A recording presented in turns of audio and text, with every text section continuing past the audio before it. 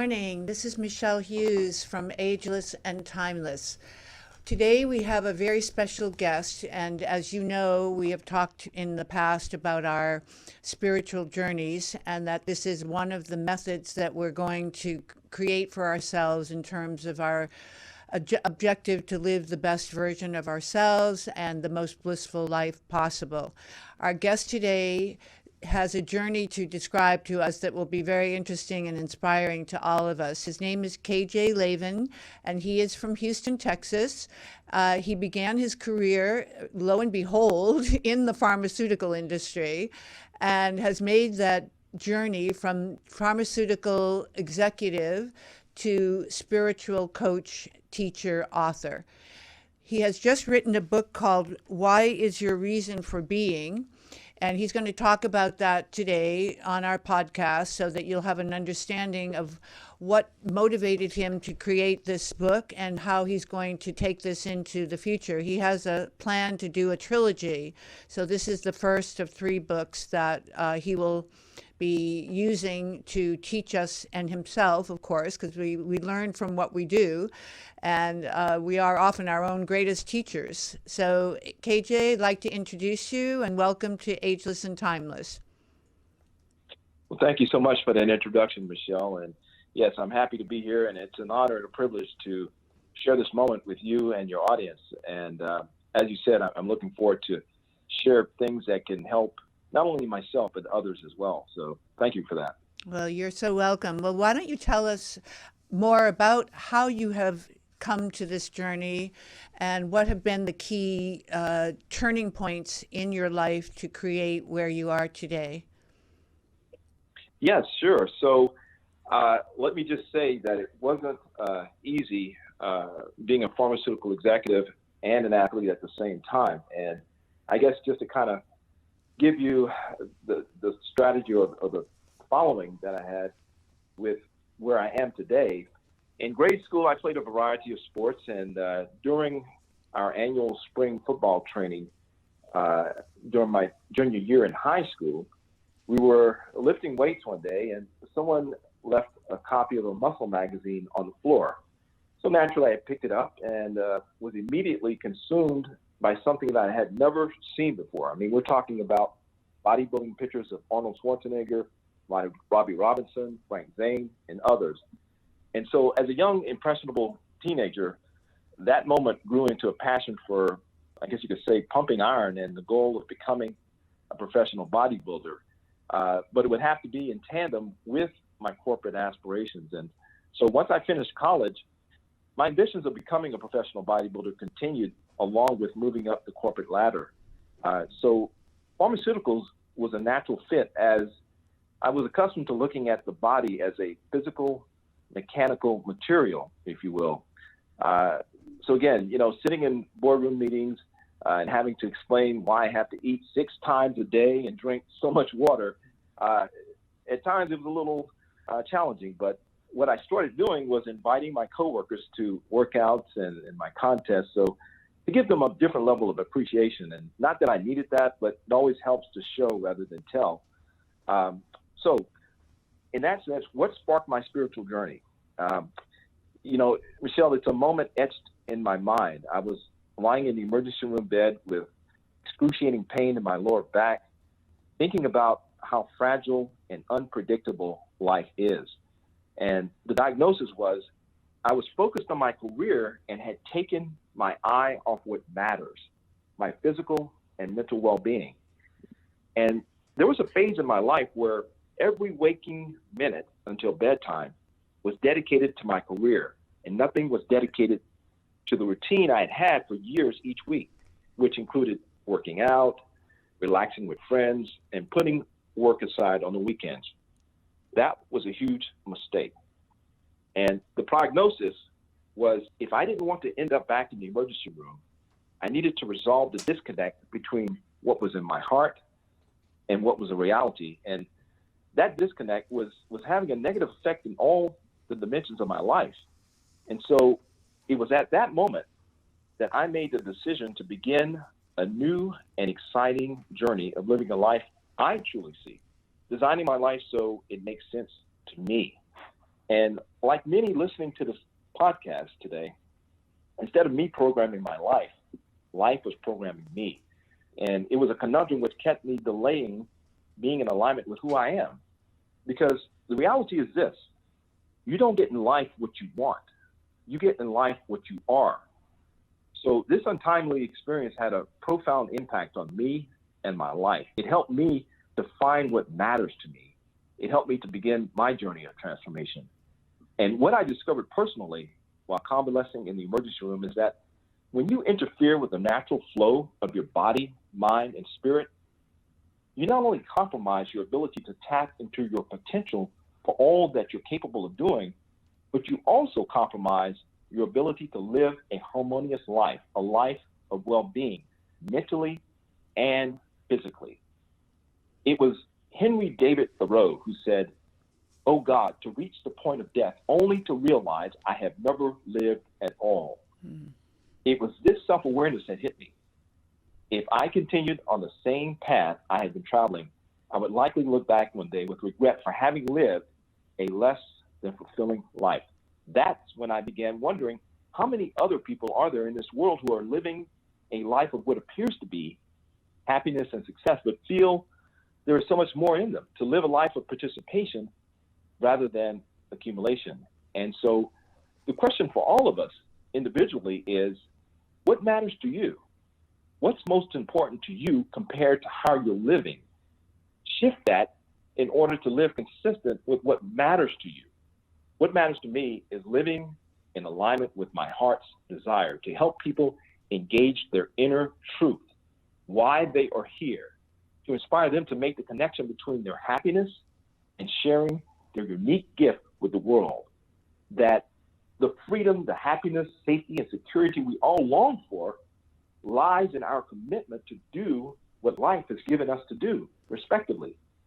So after much soul searching, I finally decided it was time to write a book, as you alluded to, the first of a trilogy, a book which pronounces my life's mission to impact 1 million lives by 2020 through my book and speaking, to inspire people to do more, to learn more, to dream more, to become more.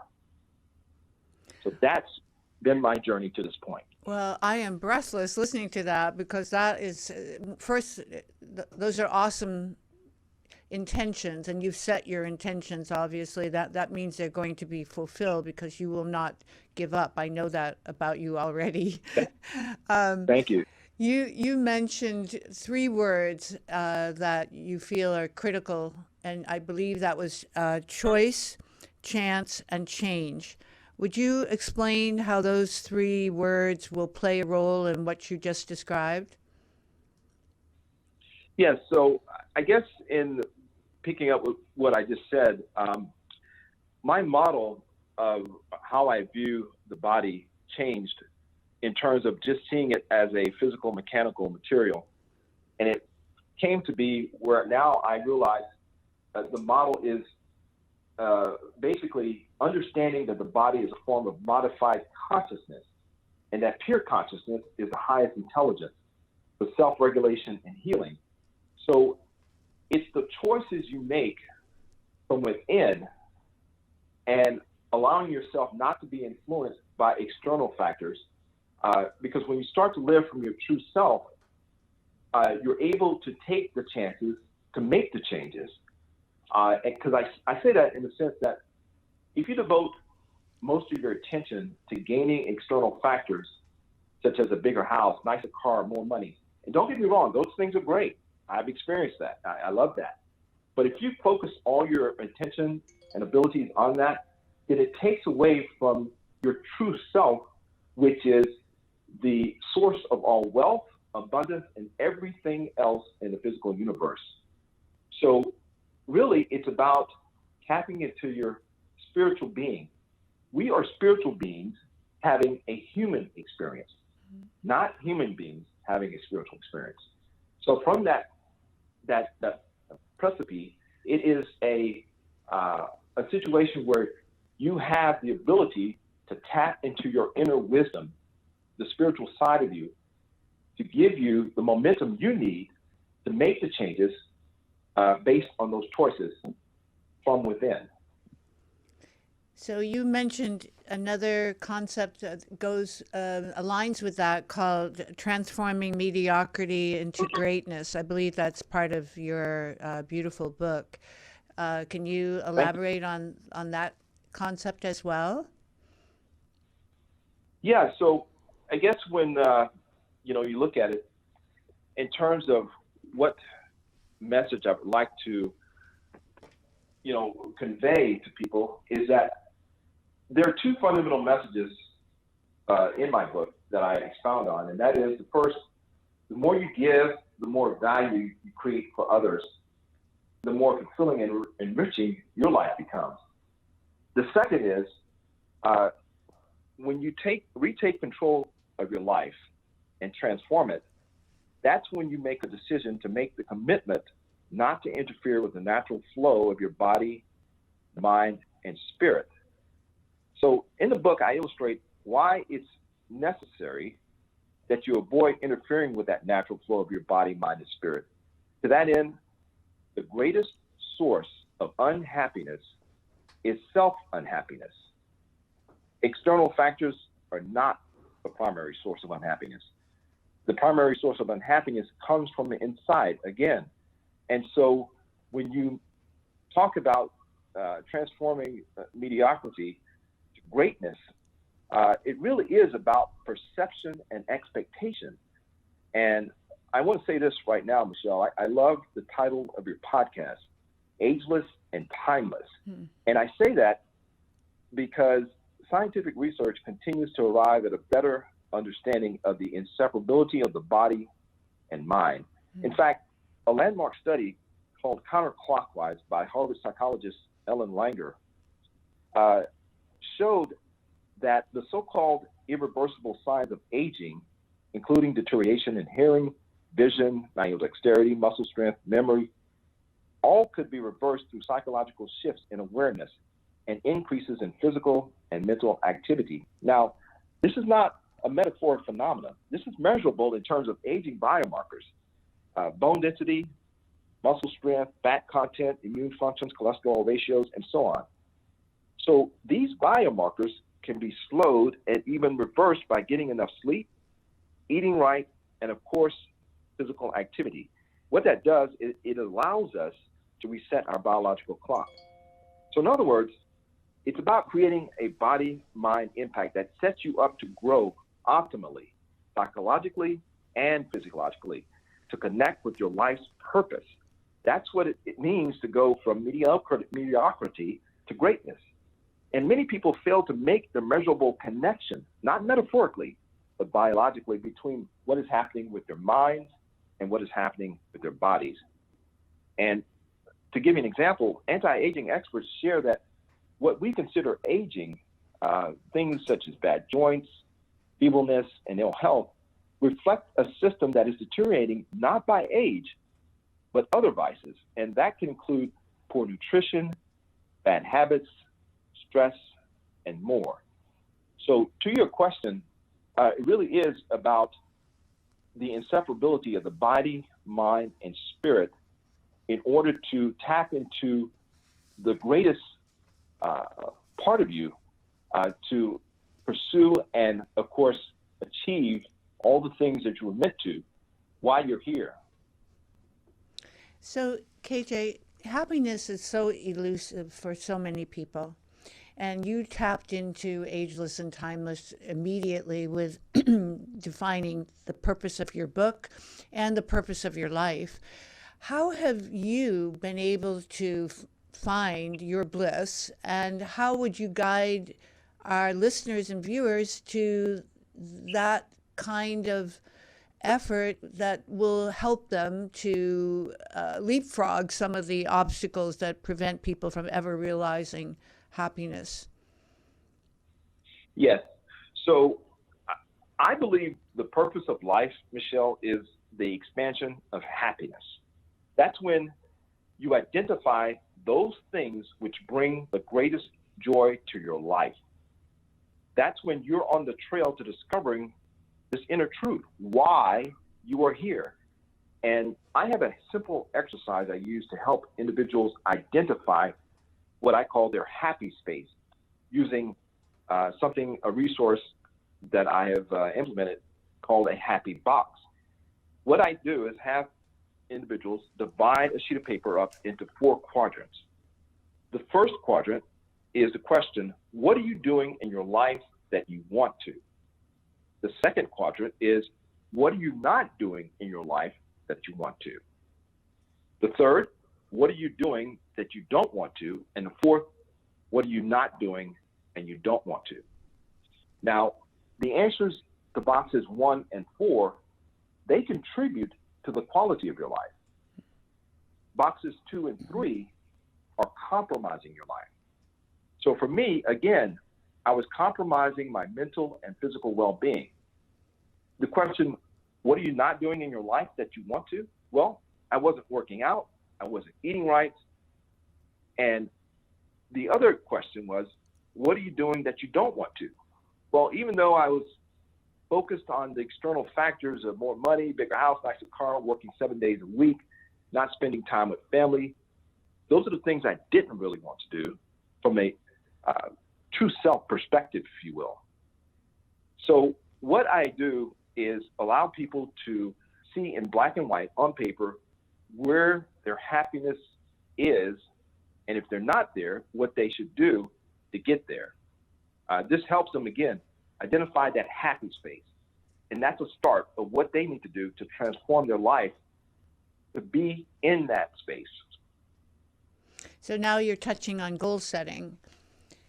And that is another great challenge for many, many people. So do you have anything to add in terms of how they go about defining what it is that you have in those 4 quadrants and then executing on the areas that need the most attention, both from the proactive and the reactive standpoint?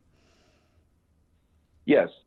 So in terms of the actual journey of transforming your life, I've included in the book what's called the Transformative Quotient. What's your TQ quotient? The TQ quotient does 3 things. It helps you to understand the things that, as far as your decisions are being made, how they affect your life, and in turn, how it affects the world around you, number 1. And number 2, it helps you to recognize the dynamics that can undermine your success. And thirdly, it identifies barriers holding you back. Now, this TQ resource is divided into 5 categories.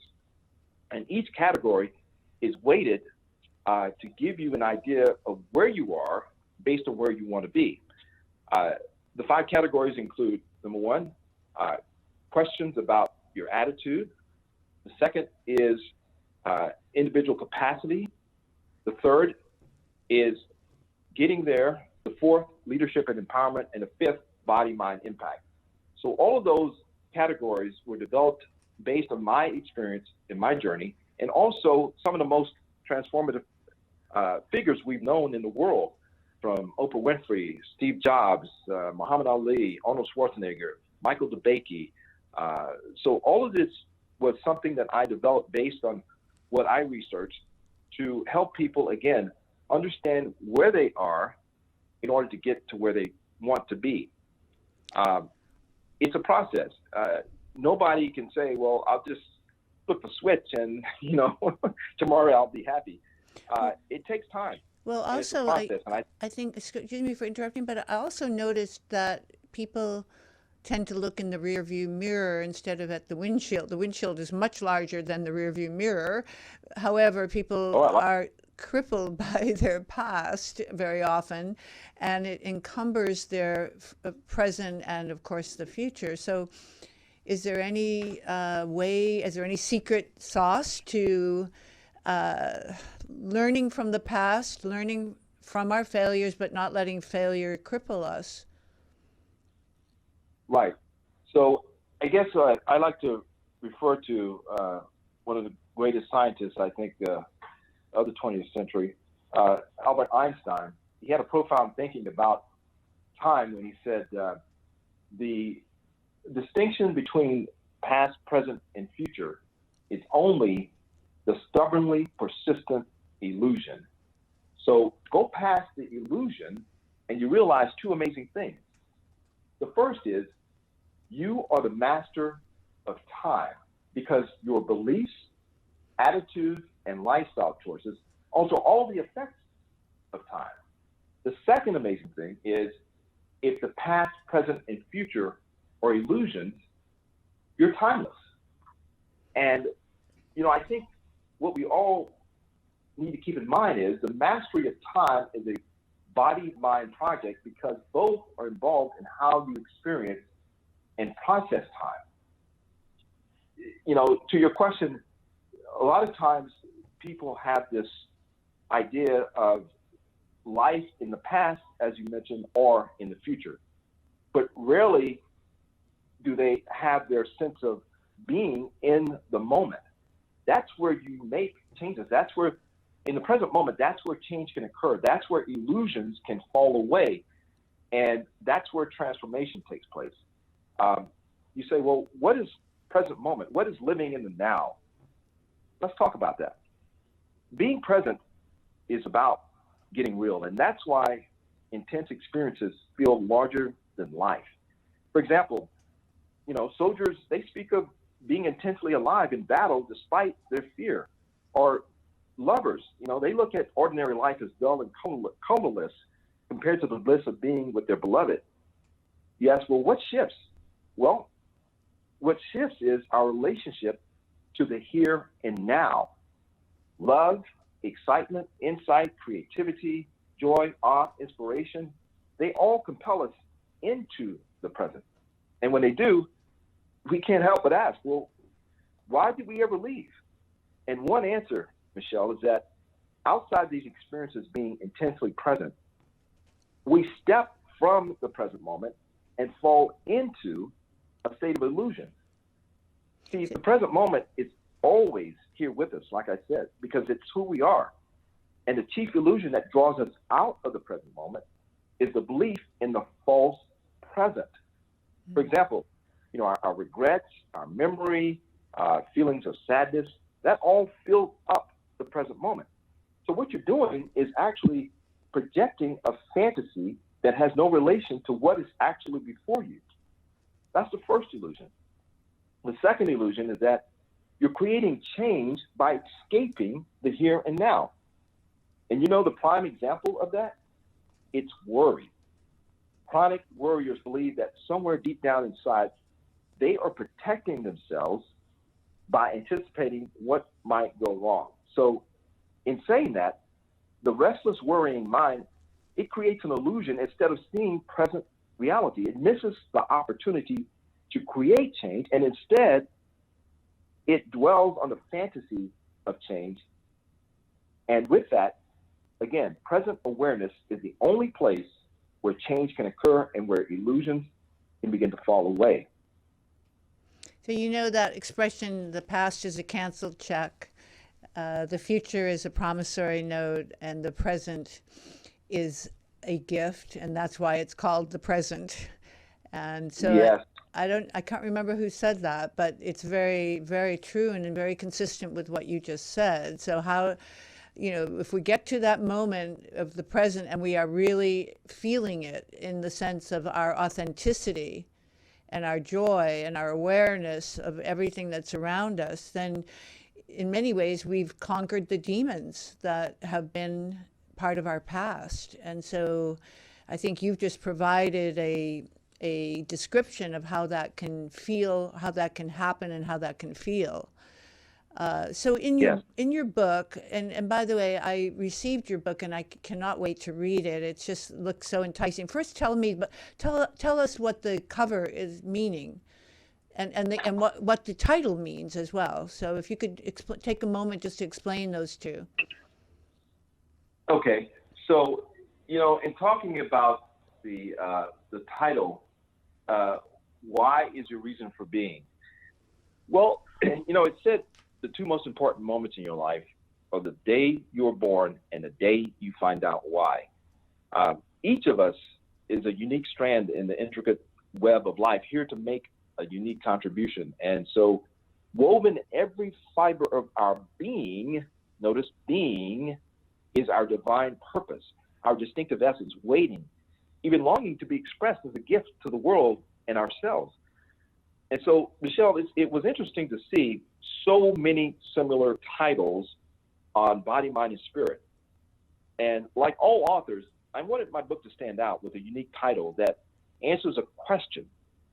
So the objective of the book is to inspire you to share your story of transformation, to inspire and be inspired.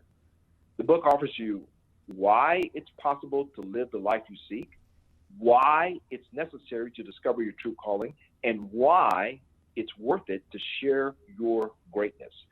After all, as I said before, we're all spiritual beings having a human experience.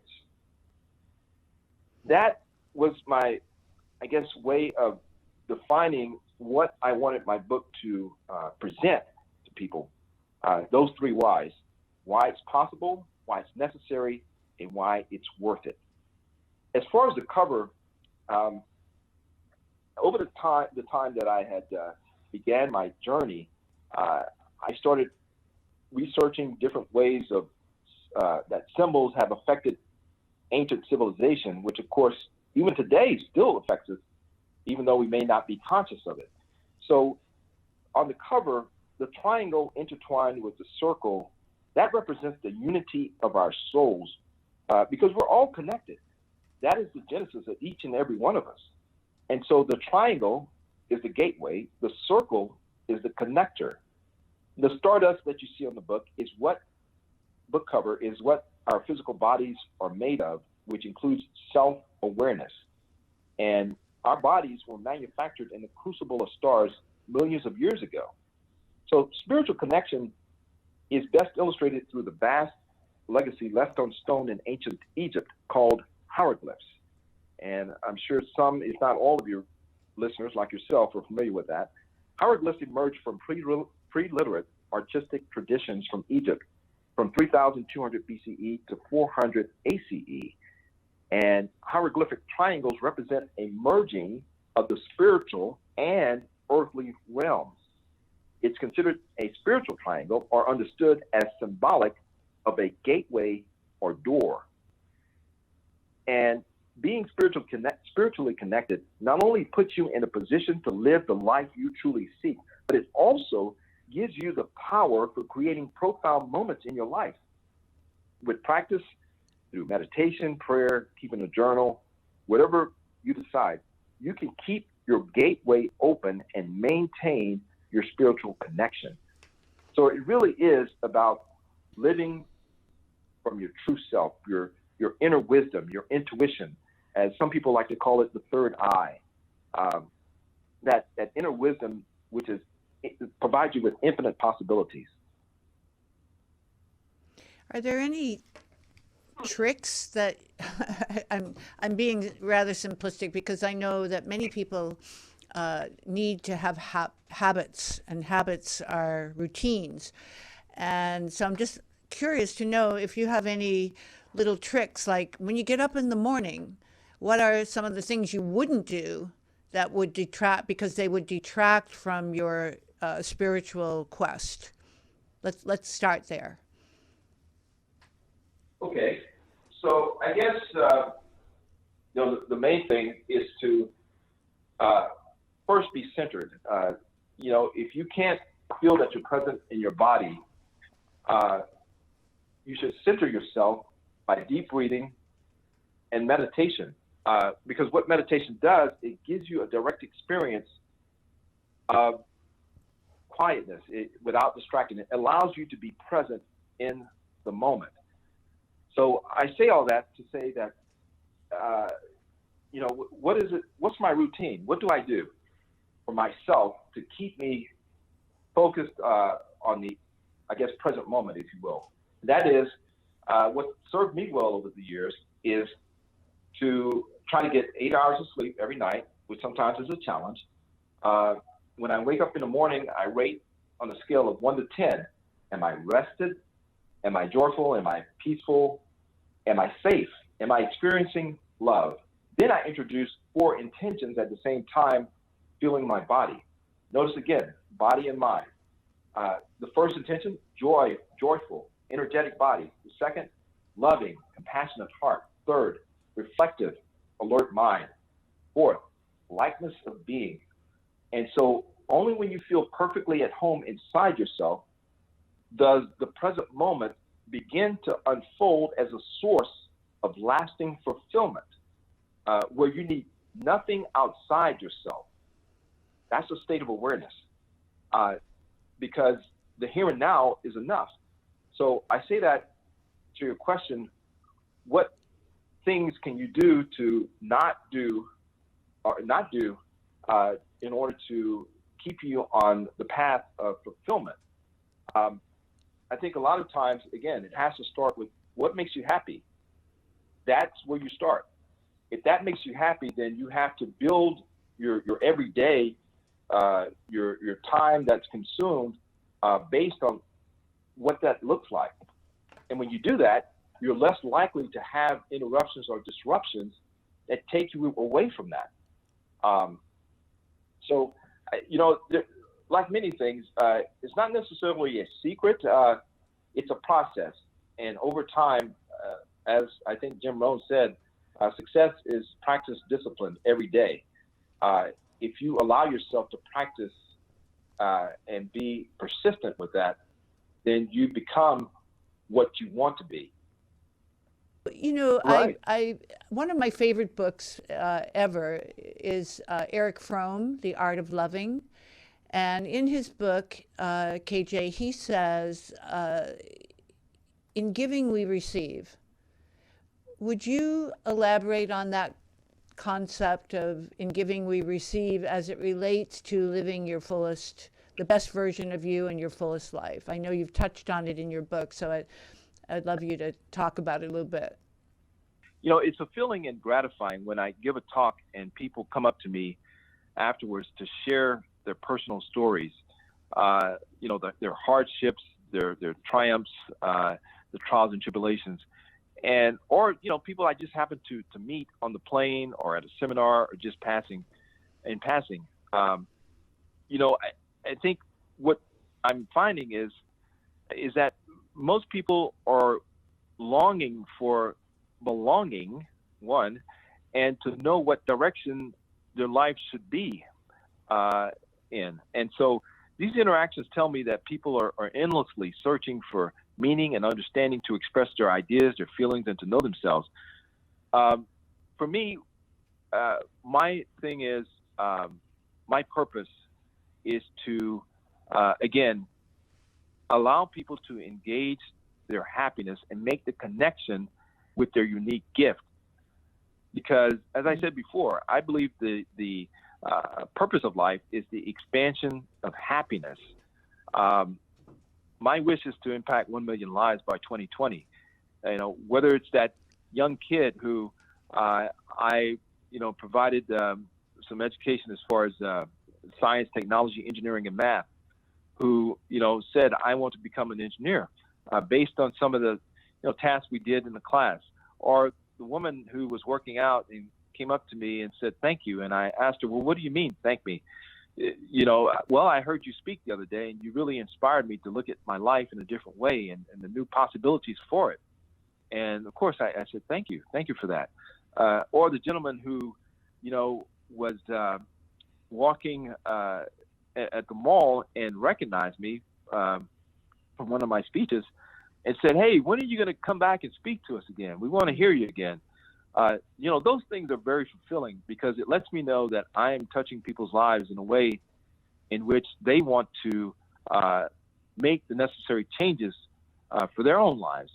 And, what you give, you receive. And I feel, for me, I get back tenfold what I give without thinking about it. That's right. So that's really the essence of what life is about. It should be about, because if you take, it's kind of like the Dead Sea, everything that goes into it is dead. It doesn't give anything. That's why they call it the Dead Sea.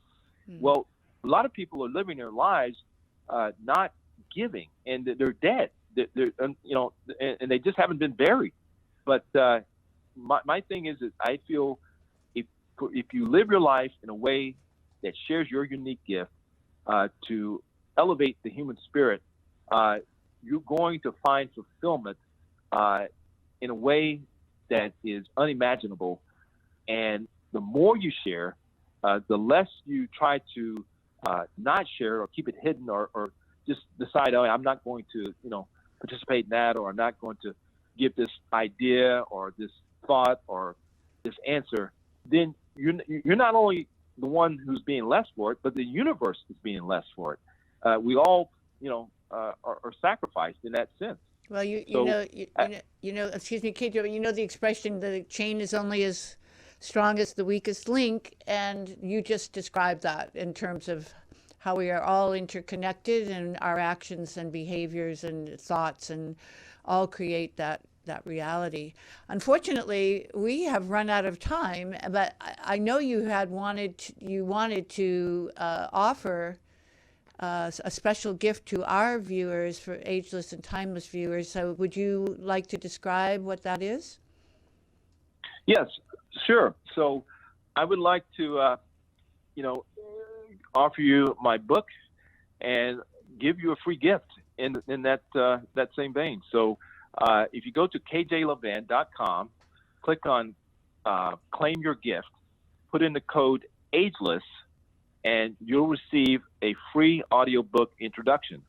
But that's not all. You'll also receive or be qualified to have a 30-minute complimentary live coaching session with me. So again, just go to kjlevan.com, click on Claim Your Gift, put in the code Ageless, and you'll receive a free audiobook, and at the same time be eligible to have a 30-minute complimentary live coaching session. That is extraordinary. And just so we're clear, there were no periods, right? It's just KJLAVAN? .com, yes. Yes, but no periods in between K and J. Oh, no. Yeah, just KJ, no.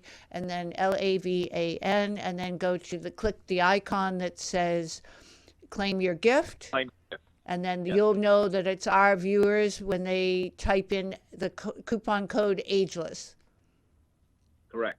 All right. And then they'll be sending you an email or to connect with you in terms of the 30 minutes, as well as you'll have their email to download the preview of your book, correct? Right. Yes.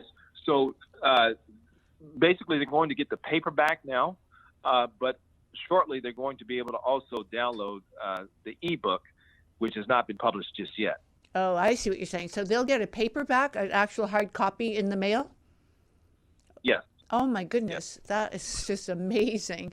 And then if they're really smitten with everything that they've heard today, and they've read your book and had their 30-minute consultation, and they want to take another step into their awareness and evolution and enlightenment with you, then what would they do? Yes. So basically go to, again, kjlevan.com, and on the at the top, click on Contact Author, and I will receive whatever message. Hopefully, you're wanting to start a journey of, finding yourself, if you will, to live a more complete and fulfilling life. I'd be happy to reply with what it is that we can do to help you get there. And you can do this by Skype if they're not in Houston? Yes, I can do it by Skype or any platform that will allow us to have a one-on-one face-to-face. So yes. Okay, very good. All right. Well, I apologize. Our time flew by here, and we learned so much from you today. And I just want to thank you again for sharing your insights and your very special journey to this place of evolution of where you are today and where you're going with the next 2 books, and how we will all benefit from your incredible enlightenment. So thank you again, KJ, and you have a beautiful day. Well, thank you, Michele. I appreciate you having me on, and I hope your audience, has gotten something from this, and look forward to helping them in whatever way it is that they would like. So, again, thank you so much. It's an honor and a privilege to have been able to do this with you. Thank you so much. Thank you. Bye-bye. Bye-bye. We say in our vision statement for Ageless and Timeless that we're looking to make this journey the most blissful journey that is possible. And we're here to learn. We're here to hold hands and learn together and celebrate our successes and mitigate our failures, and but learn from our failures. So today we have the opportunity to listen to someone who has traveled that path and has written a beautiful book. Again, the name of that book is Why Is Your Reason for Being? And if you can take advantage of KJ's offer, I enthusiastically endorse that opportunity. I think you'll learn some very important truths about your journey. So I wish you all well, and we'll see you again next time. This is Michele Hughes. Don't forget to subscribe to our channel, and that's agelessandtimeless.com will be our website. We're putting that together as we speak today. So thank you so much for listening and watching. 'Cause you're